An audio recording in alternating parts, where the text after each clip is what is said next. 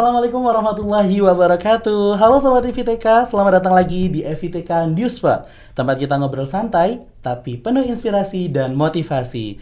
Bareng aku Abian Harisna, dan kali ini kita akan bahas sesuatu yang dekat banget nih sama mahasiswa. Dekat banget juga dengan dunia mahasiswa, yakni tentang semangat berkarya, literasi, dan bagaimana mahasiswa bisa tetap termotivasi meski penuh tantangan. Sobat FITK pasti pernah nih ngerasain dunia kuliahnya tuh gimana sih? Kok gini banget ya kuliah itu? Kok gini banget ya kuliah? Aku lelah kuliah. Nah, kita bahas tuntas pada episode kali ini. Oke, pada episode kali ini aku bakal bahas asik dan seru ya Sobat FITK.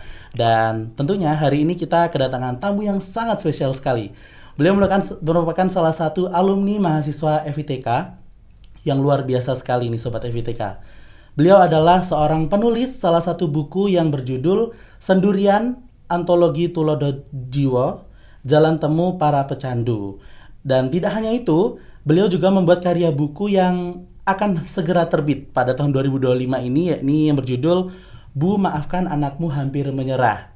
Dan selain itu, beliau juga menjadi founder beberapa komunitas literasi, yaitu Komunitas Cangkir Saya di tahun 2017, Teman Aksara tahun 2019, dan koordinator kelas menulis Teman Aksara season 1 sampai season 4. Langsung aja kita sambut bersama Kak Adi Yusuf Salsabila. Selamat sore Kak Adi. Selamat sore. Oke. Kak Abian. Betul. Nih kita manggilnya Kak aja nih biar lebih akrab nih Kak ya. Kayaknya bro aja deh. Bro okay. Aja, okay. lebih akrab kan ya. Bro Adi. Tapi lucu kayaknya ya. Panggil Kak aja. Kak aja lah.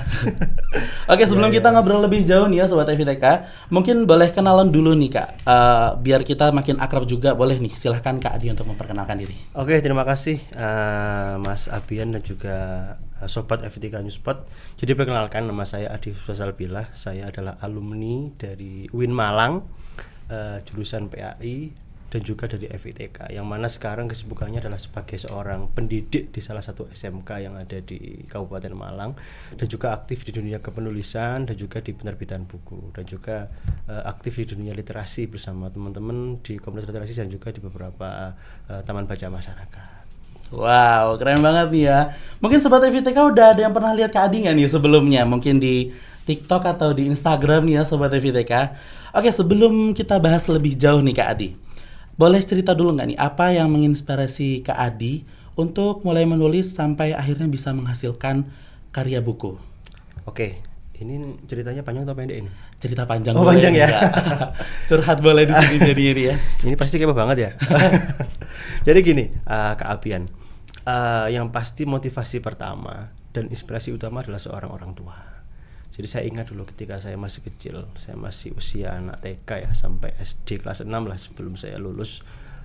Saya teringat ketika ayah saya, sampai sekarang ini, ayah saya adalah seorang penjual koran. Tapi bukan yang di jalan, tapi yang ngantar ke rumah-rumah karena punya agen kan. Nah, setiap akhir pekan pasti saya ikut sama ayah saya, dan pasti kalau saya ikut pasti kan di depan ya, anak kecil kan ya. Betul. Di depan di sepeda. Dan ketika saya ikut ayah saya nganter koran sama tabloid lah istilahnya, saya masih ingat itu banyak sekali koran-koran yang ada Jawa Pos, ada Radar Malang, Radar Batu, ada Memo, dan ada tabloid untuk keluarga sama anak-anak. Dan ketika saya ikut ayah saya kan, saya tipe orang yang suka ngobrol.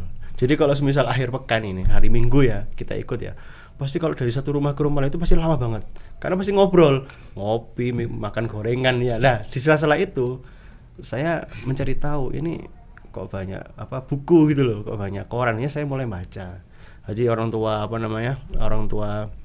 ngobrol, saya baca koran, dan itu berlangsung bertahun-tahun ketika saya ikut orang tua. Dan seneng, karena anak kecil kan sering seneng kan ya kalau diajak jalan-jalan ya, keliling nih. Ya kan keliling kan ya, apalagi kalau ketemu sama cilok, wah nanti pasti jajan sambil keliling-keliling. Seru banget itu kan. Seru banget. Nah, disitulah saya memulai suka dengan membaca. Alhasil ketika itu ayah saya membelikan satu majalah anak, namanya majalah Bobo. Saya masih ingat. Oh, majalah yang pernah trending banget itu. Betul. Majalah Bobo, saya dulu punya series 13 kalau nggak salah. Saya full di rumah. Di rumah dalam lemari besar tuh full semua majalah Bobo. Dan ketika satu episode keluar, saya masih membelikan semua episode. Jadi ada yang 1A, 1B itu sampai terakhir. Dan itu yang membuat saya terus termotivasi untuk membaca. Dan saya suka karena di situ ada banyak kisah anak-anak yang sukses, terus ada yang saya suka itu TTS. Oh iya betul, ya kan, teka-teki silang yang betul. Seru banget untuk diisi itu Kak Adi. Nah itu kan kita menebak ya kan, terus Betul. kita harus mencari sumber di halaman sebelumnya ya kan. Betul. Nah disitulah saya memulai suka membaca sama suka buku. Dan saya ingat ketika memori saya masih ingat sampai sekarang bahwa orang tua saya itu ketika saya dulu masih kecil, sampai sebelum lulus SD ya. Ketika saya mau tidur mesti orang tua saya mesti memberikan cerita, dongeng. Wih, itu indah sekali tuh Kak Adi, sumpah itu indah banget. Enak banget. Enak banget sebelum tidur diceritain. Betul. Nah, dan anehnya Mas Abian, kalau enggak diceritain saya enggak akan tidur. Nah, itu. Berarti harus ada cerita nih, Harus Kak, ada ya? cerita. Harus ada cerita sebelum Betul, tidur. Betul, dan bisa lewat majalah buku ya, tapi kebanyakan ayah saya itu dia mengarang cerita dulu. Jadi kan pada zaman dahulu sambil dia memberikan visualisasi di tembok. Lah ini ada kancil, ini makan timun. Jadi digambarkan seolah-olah kita merasakan dia di peristiwa itu sampai saya tidur.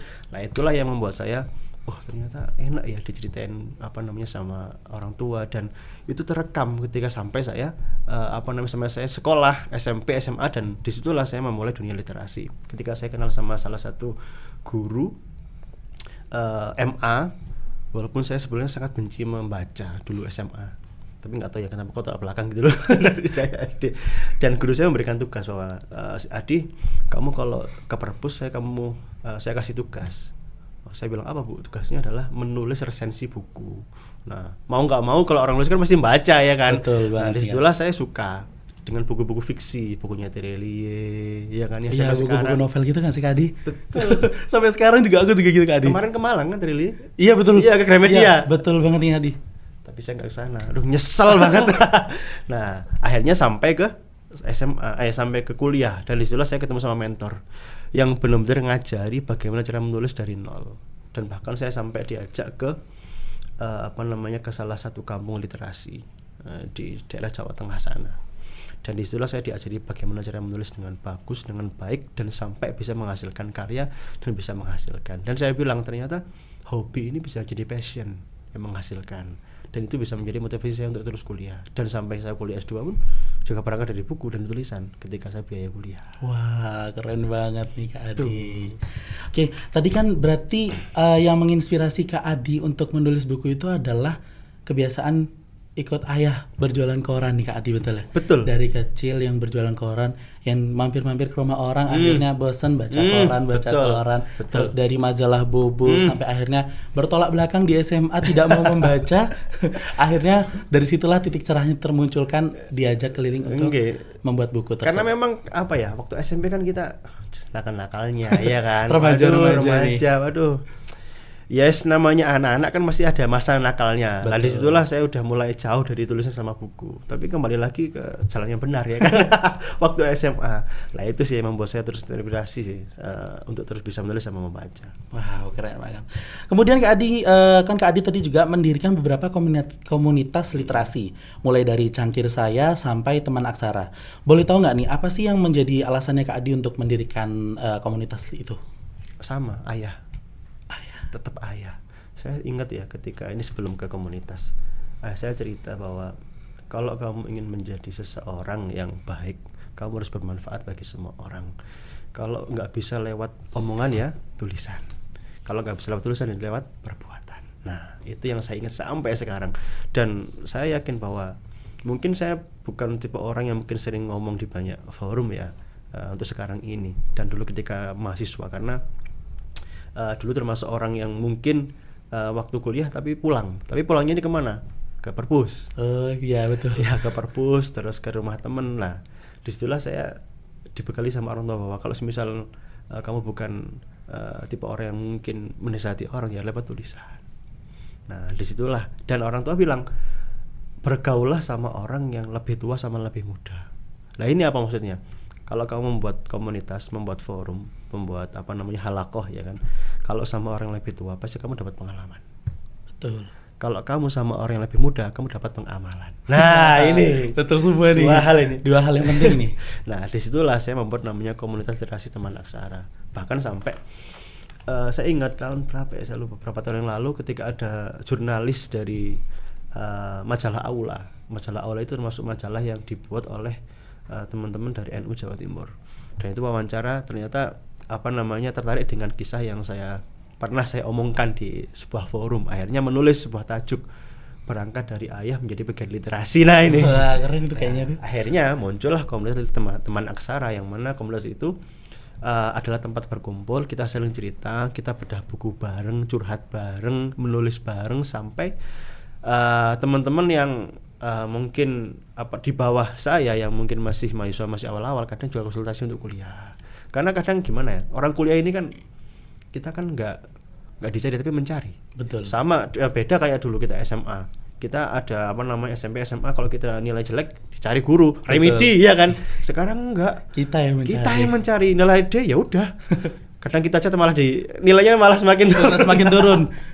Kalau itu lebih baik kita harus berbaik-baik sama dosen. Betul lah. Maka dari itu saya membuat komunitas yang isinya tuh umum. Ada mahasiswa semester 1, 2, 3, 4 sampai mahasiswa yang paling tua, dan di semua kampus. Bahkan orang-orang yang bekerja pun bisa ikut di komunitas literasi teman aksara. Wow. Nah, itu yang menjadi sampai sekarang masih ada. Dan kita sering membuat forum-forum. Ada namanya ngaji literasi. Kalau untuk anak-anak yang kuliah, yang mahasiswa akhir itu, saya punya forum namanya Menata Jalan Pulang, cerita sebelum toga. Kita menghadirkan anak-anak, teman-teman atau teman-teman saya yang sudah lulus, cerita gimana pengalamanmu, terus bagaimana cara menghadapi skripsi yang baik dan selesai. Nah itu yang penting, karena kita butuh teman untuk cerita. Betul banget nih Kak Adi. Oke, nah apa sih pengalaman yang paling berkesan yang Kak Adi pernah rasakan dalam perjalanan membangun komunitas literasi tersebut?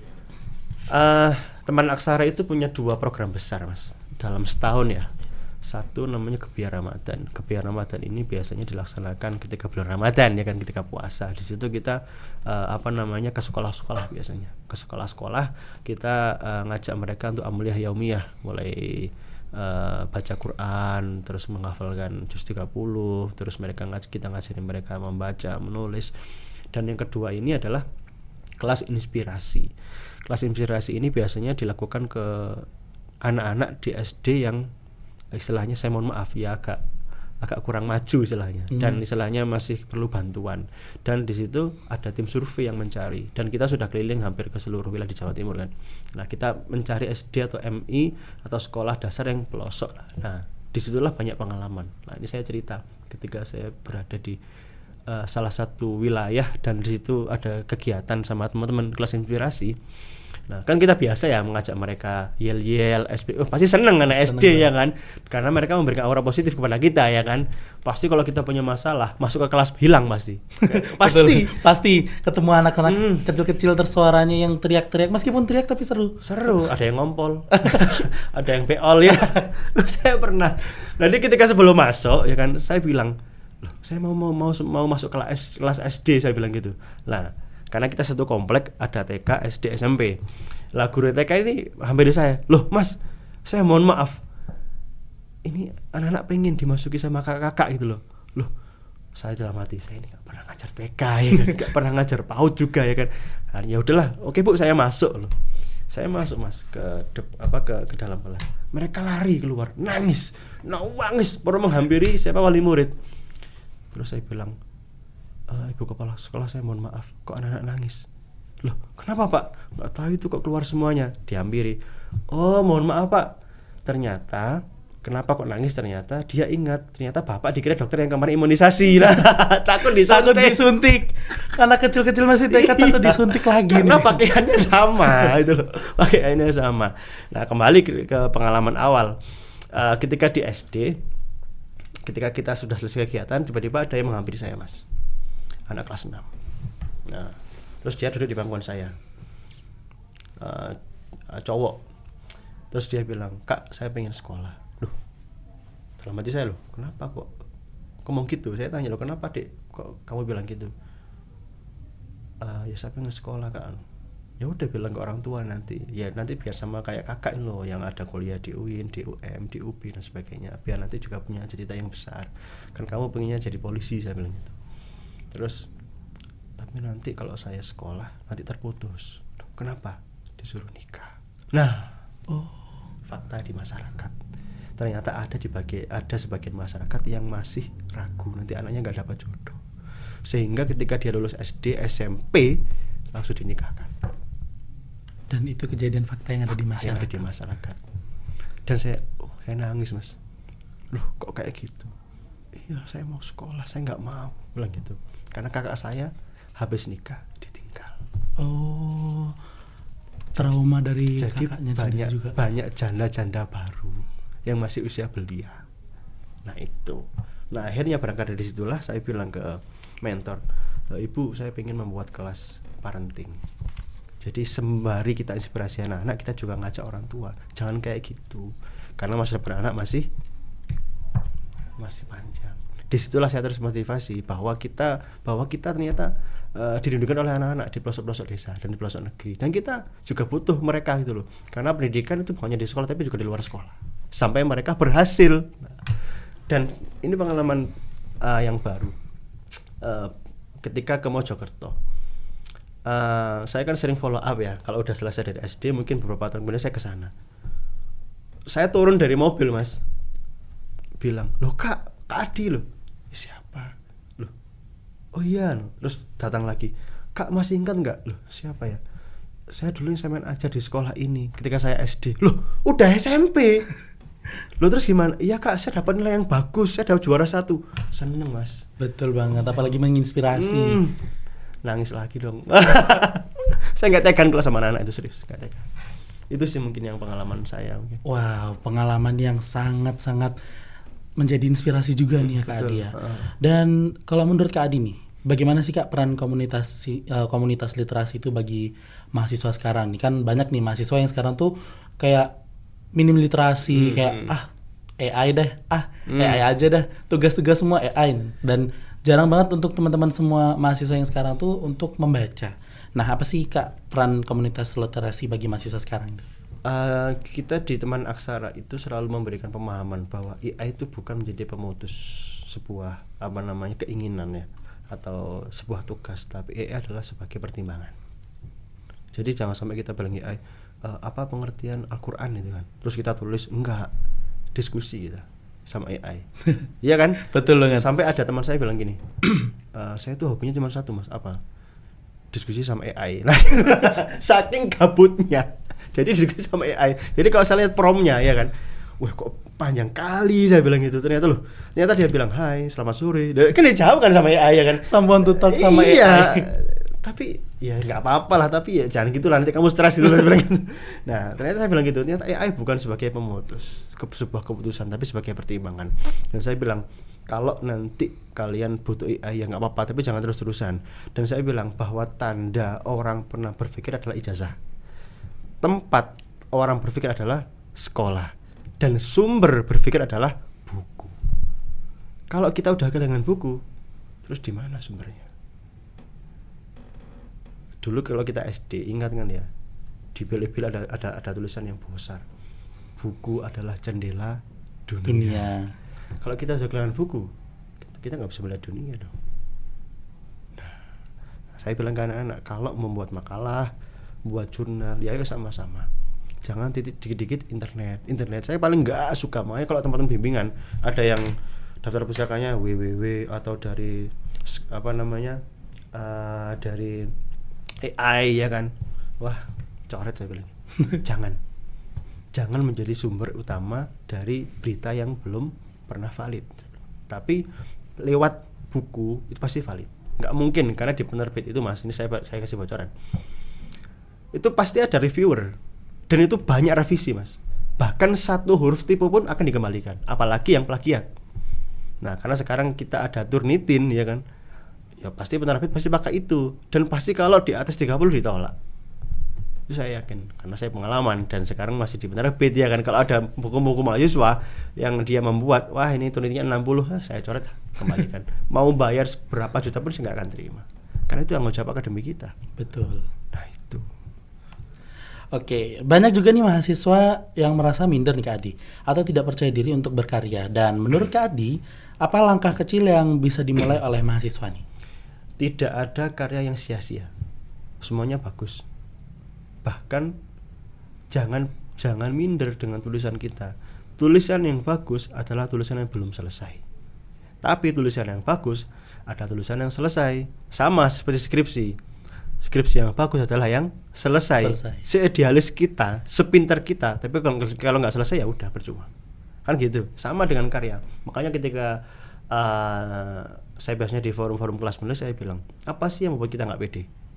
Pasti semua bilangnya, iya kak tulisan saya jelek. Siapa yang bilang jelek? Saya. Loh, kan bukan orang lain, tapi kamu. Nah sekarang kamu harus termotivasi bahwa tulisanmu bagus. Tidak ada yang jelek. Yang jelek adalah bukan yang ada orang yang tidak menulis. Sama kayak orang sholat. Aduh, ketika di sekolah ya, kadang anak gini, aduh pak sholat saya itu nggak khusyuk. Loh, terus kenapa? Yud aku nggak terima. Emang Allah menolak sekarang? Saya bilang gitu. Loh, terus gimana pak? Yang nggak bagus adalah yang nggak sholat. Ya sama kayak menulis ya kan. Orang kalau yang nggak bagus adalah orang yang nggak menulis. Makanya sekarang saya bilang, kalau pengen menulis cari waktu yang enak. Orang itu nggak sama ya. Ada yang suka menulisnya pagi, siang, sore, malam. Dan saya bilang kalau menulis semua alat komunikasi tolong dinonaktifkan. Terlebih mengganggu juga. Mengganggu. Kadang ya kita nulis, ya kan. Kelunting, ya kan.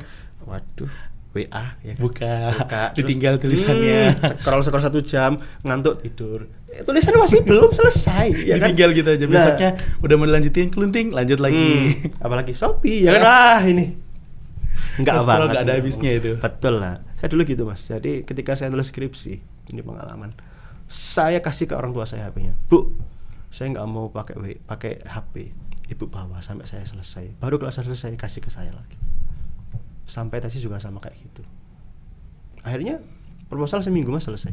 Wow, keren banget. Bisa kan? Tapi ya gitu, bangun, makan, nulis, ngerjakan setiap hari kayak gitu wes.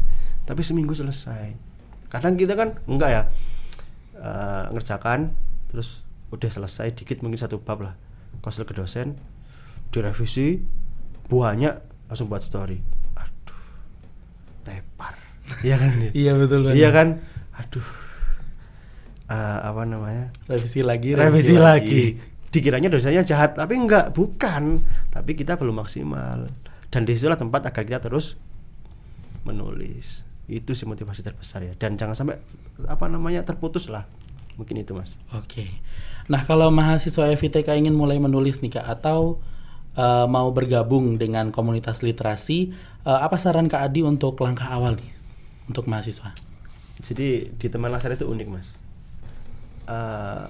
Orang atau mahasiswa atau manusia ya itu bisa masuk Teman Laksara, satu syaratnya bukan dia yang pinter, bukan dia yang yang punya prestasi, bukan, tapi satu, dia harus punya buku, minimal buku antologi. Loh gimana Mas? Teman Laksara itu setiap tahun dia masih membuat namanya kelas menulis Teman Laksara. Dan sekarang udah mau sesi ke berapa ya? Ke-7 kalau nggak salah, atau ke-6 ya saya lupa. Nah insya Allah di bulan Desember ini itu ada. Dan disitulah tempat untuk anggota baru yang mau nimbrung. Tapi sebelum Mas saya pengen daftar sekarang, nggak apa-apa, ikut diskusi setiap minggu, setiap pekan. Kalau kamu mahasiswa akhir ikut namanya forum cerita sebelum toga atau menuju jalan pulang. Terus kalau semisal kamu mahasiswa masih awal-awal ingin fokus menulis ringan-ringan, ikut namanya ngaji literasi setiap bulan. Gak apa-apa diikuti nanti, tapi orientasinya adalah ikut kelas menulis, membuat buku. Dan di situ nanti kita ada beberapa mentor yang ngajari. Dan ditanya, kamu sukanya nulis apa? Cerpen kah, puisi kah, pentigraf kah? Atau mungkin narasi faktual kah, atau artikel, nanti akan dikasih mentor masing-masing sampai terbit. Baru kalau udah selesai kasih sertifikat, baru masuk Teman Laksara. Oh berarti ada tahap-tahapannya? Ada tahapannya. Jadi ya itu syaratnya harus punya buku. Dan alhamdulillah sampai sekarang udah hampir 500-an buku yang udah terbit di Teman Laksara itu. Wow, keren banget nih. Ya dari teman-teman mahasiswa itu sama yang udah kerja, dan udah dibagi ke beberapa TBM yang ada di Malang Raya kan gitu sebelumnya. Dan udah ISBN itu pasti itu. Wow, keren. Ada yang udah haki loh. Oh, iya serius. Bener Kak? Haki, ada yang udah haki. Wow. Ada yang kemarin haki, buku haki terus dibuat skripsi sama anak Unisma kalau nggak salah. Wow. Jadi anak sastra ya, jadi nulis buku terus dia dijadikan bahan skripsi. Terus dosennya oke, udah selesai dia. Dan itu adalah buku dari literasi Teman Laksara. Wow. Keren sih, sampai Itu bisa sih. jadiin bahan skripsi sama anak Unisma. Oke, sebagai Kak Adi kan juga tadi aku spill sebagai mahasiswa alumni Fakultas Ilmu Tarbiyah dan Keguruan. Apa nih pesan motivasi yang ingin Kak Adi sampaikan untuk mahasiswa FITK agar bisa menumbuhkan kebiasaan produktif, misalnya kayak membaca atau menulis di tengah kesibukan kuliah? Saya ya, kalau pesan ini bukan pesan ya, nanti malah dikira saya orang yang wow gitu, enggak lah. Tapi kita sama-sama belajar. Jangan berhenti untuk membaca dan menulis. Kalau kalian benar-benar stuck menulis, teruslah menulis sampai benar-benar kalian udah nggak mau nulis.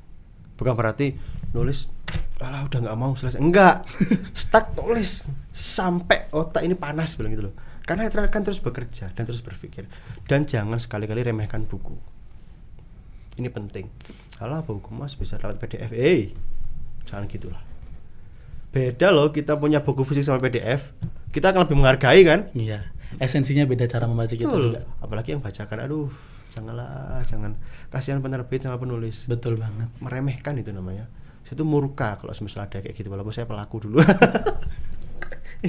Tapi sebagai penulis juga pasti merasakan seperti itu. Iyalah, karena apa ya, ada hak penulis di sana mas. Betul. Dan kita harus menghargai penulis ya kan. Sejengkal apa namanya, bukan sejengkal ya, satu halaman kita membaca itu menghargai tulisan penulis. Karena jeripayanya penulis di situ benar-benar tercurahkan kan Kak. Betul, capek mas nulis. Saya nulis buku yang Bu Anakmu itu ya, maaf hampir menyerah itu ya. Itu hampir setahun. Dulu awal Februari. Di tahun 2020. 4 awal, iya kan. Terus lanjut lagi, stuck saya. Hanya gara-gara apa? Saya judulnya saya nggak pas. Cari inspirasi lah. Dan ini kalau saya cari inspirasi biasanya itu malam hari. Antara mungkin jam 11 sampai subuh lah. Enak itu mas buat mikir. Dunia udah mungkin gak banyak aktivitas ya kan, Sepi, sunyi ya kan. Terus mungkin kalau kita kadang berdoa pun kayak tembus gitu loh ya kan, ya kayak anak panah yang melesat gitu kan. Sama kayak inspirasi akan turun, tapi HP saya taruh. Dan saya suka, kalau kopi sih mungkin enggak ya, karena dulu ada lambung kan kena kopi. Sama nih Kak segitu. Pasti ngopi mikir ya kan, jarang tidur ya kan. Nah itulah. Terus saya ganti coklat. Nah kalau saya stuck minum coklat, lihat film bentar, udah saya nulis lagi. Nah ketika saya nulis itu, saya mencoba refresh ulang otak bahwa ternyata banyak pengalaman yang harus dibagikan kepada banyak orang, dan itu ternyata memberikan motivasi. Dan saya membuat, ketika saya menulis seolah-olah semua bisa ngomong mas. Tembok bisa ngomong, cangkir bisa ngomong, coklat bisa ngomong, agar saya nggak sepi gitu loh. Dan saya sering kadang ngomong sendiri, ini gimana ya gini ya, oh ya gini lah, ternyata enak itu loh. Dan yang terakhir adalah ketika udah selesai, kadang saya kumpulkan anak-anak, saya bilang ayo kita kumpul, saya punya buku baru, saya cetak, kan masih draft, ini buku saya, silakan direview sekarang, pilih mana tulisannya bagus, mana yang jelek, kasih saya saran. Ada, oh iya mas, ini yang saya bagus, ini yang deep sekali, ini saya sampai nangis, ngomong akhirnya, kalau 80% mereka suka, insya Allah ini akan bagus bukunya. Sama kayak skripsi mas, kayak gitu kan saya dulu kan. Saya udah selesai, ini tolong dibaca. Apa yang kurang bagus untuk kalian? Nah, kita sharing. Oh iya bro, wawancara ini kurang ini 4 ini kurang lah. Sama kayak gitu. Dan jangan berhenti bertanya sama orang yang sudah tahu. Jangan gengsi, udah itu. Jangan gengsi dan jangan terlalu membuat gaya hidup yang mewah. Itu penyakit mahasiswa. Betul. Gengsi abis mahasiswa sekarang. Apalagi Gen Z ini kayak. Aduh. Kayak kita punya uang banyak ya iya, kan? Betul. Apalagi kita masih minta ya kan? Mengusahakan segala apapun untuk mendapatkan itu. Apalagi sekarang ada pinjol. Oh iya tuh Kak. Aduh, bahaya banget. Bahaya. Aduh, itu bahaya banget. Oke, sebelum aku tutupnya, aku penasaran banget nih. Tadi kan Kak Adi sempat nge-spill kalau misalkan Kak Adi tuh kalau nulis tuh sukanya pas malam hari gitu kan ya. Nah, dari semua pengalamannya Kak Adi tuh kira-kira kalau misalkan Kak Adi lagi buntu nih. Misalkan kayak deh nulis habis itu terus tiba-tiba buntu. Nah, itu Kak Adi ngelakuin apa sih? Film yang pasti. Tapi film yang review film dulu mas. Ada kan di YouTube ya. Oh iya. Review film apa, cuman 20 menit. Nah itu kan saya suka awalnya film Factor, ya kan ya. Apa namanya, Kelahi, terus apa petualang, Journey juga lah. Kalau stuck ya udahlah, saya lihat film. Oke, menantang ya, seru ya. Nah, tapi saya juga sama nulis. Ada inspirasi gini. Nah, terus sama gitu coklat jangan lupa. Wah itu mood itu mas, mood coklat itu. Tapi jangan sampai buka sosmed. Nah ini WA jangan, TikTok jangan, Twitter jangan, Telegram jangan. Oh habis nanti waktu kita. Tiba-tiba langsung ambiar gitu langsung enggak ya? Iya selesai. Apalagi membuka Shopee, Tokopedia. Udah nge-scroll terus tuh nggak selesai. Nyari barang ini, asal Betul. pencet. Itu. Terus besok ada COD. Aduh, habis uang kita. Mungkin itu sih. Oke, wow, luar biasa banget ya obrolan kita kali ini. Dan makasih banyak buat Kak Adi yang udah mau berbagi pengalaman bareng kita semua dan Sobat FITK. Dan semoga cerita kali ini bisa jadi inspirasi buat Sobat FITK semua. Dan semoga karya-karya Kak Adi selalu bermanfaat dan komunitas literasi yang Kak Adi bangun semakin berkembang. Dan buat Sobat FITK, nantikan karya buku Kak Adi yang berjudul Bu Maafkan Anakmu Hampir Menyerah yang insya Allah akan hadir di tahun 2025 ini ya. Okay.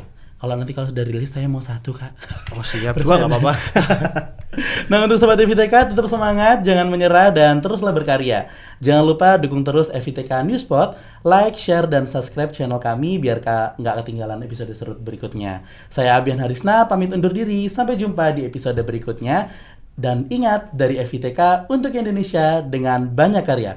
Wassalamualaikum warahmatullahi wabarakatuh.